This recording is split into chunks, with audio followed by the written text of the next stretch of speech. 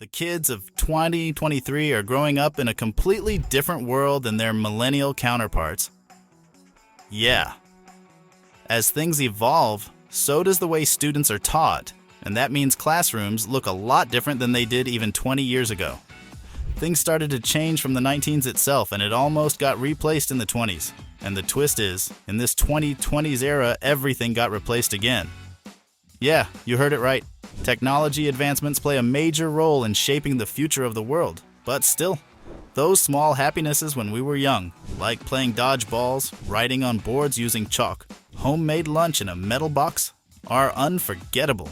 No one plays dodgeball these days. RIP to dodgeball games that left you black and blue. Here in this video, we are going to show you some school things that we don't use anymore. So before diving into the video, hit subscribe for a front row so that you won't miss out on our interesting content and be a part of the adventures. So, ready for the ride? Let's get started. Well, we can start with dodgeballs.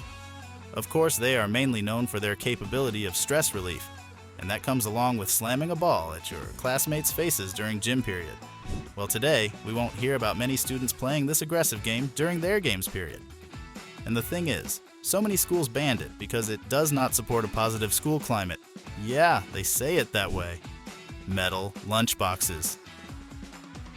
Not everyone had a Beatles lunchbox growing up, but most people had some sort of metal lunchbox they brought to school. That gave way to the brown paper bag for those who brought lunch from home. These days, some of those lunchboxes can be worth money.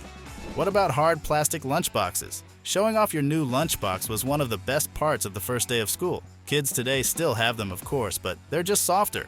Nowadays, people prefer minimal aesthetics, so there are not a lot of printed lunchboxes that attract small children like Barbie, Superman, Spider-Man, and all. Chalkboard. When we were young, we loved to play with chalk, right? After the teacher left the class, students used to draw on chalkboards. In some schools, drawing on a chalkboard can even lead to punishments.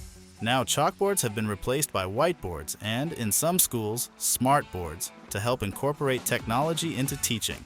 Smartboards allow teachers to create interactive lesson plans and have access to online resources for students. Yeah, it's an advancement, but still. Do you remember writing in cursive letters? You won't see students' names drawn out in cursive on the cover of their notebooks or at the top of their worksheets anymore. Some states still have it as part of their curriculum, but most are now putting the focus on technology. More communication is sent via technology than handwritten letters, so students need to know how to navigate the web instead of learning how to connect their letters. It's a shame that fewer kids learn how to write cursive, since handwriting makes you smarter. Wall pencil sharpeners. Wall-mounted pencil sharpeners were always a pain, even for students 100 years ago. You either sharpened your pencil unevenly, or the metal part would detach, and all of the pencil shavings would spill on the floor. Most students are probably thankful they have mechanical ones now. Yeah, it's acceptable, by the way. What about traditional desks?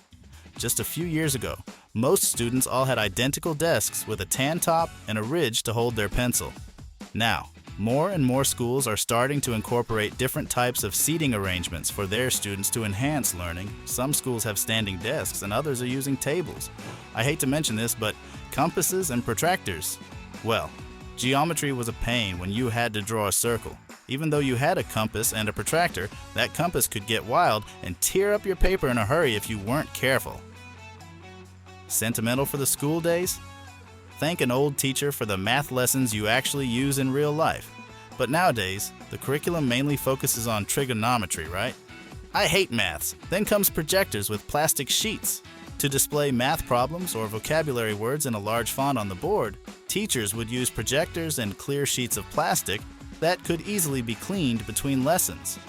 Now it's becoming more common for teachers to use iPads or Surface devices to write on a screen that is then projected at the front of the classroom. Yeah, it was a time of innocence. Even though there was not any kind of technology at that time, still we managed to be happy with these little things. If you think that we forgot to mention anything, please make sure to leave it in the comment box. And that wraps up today's content.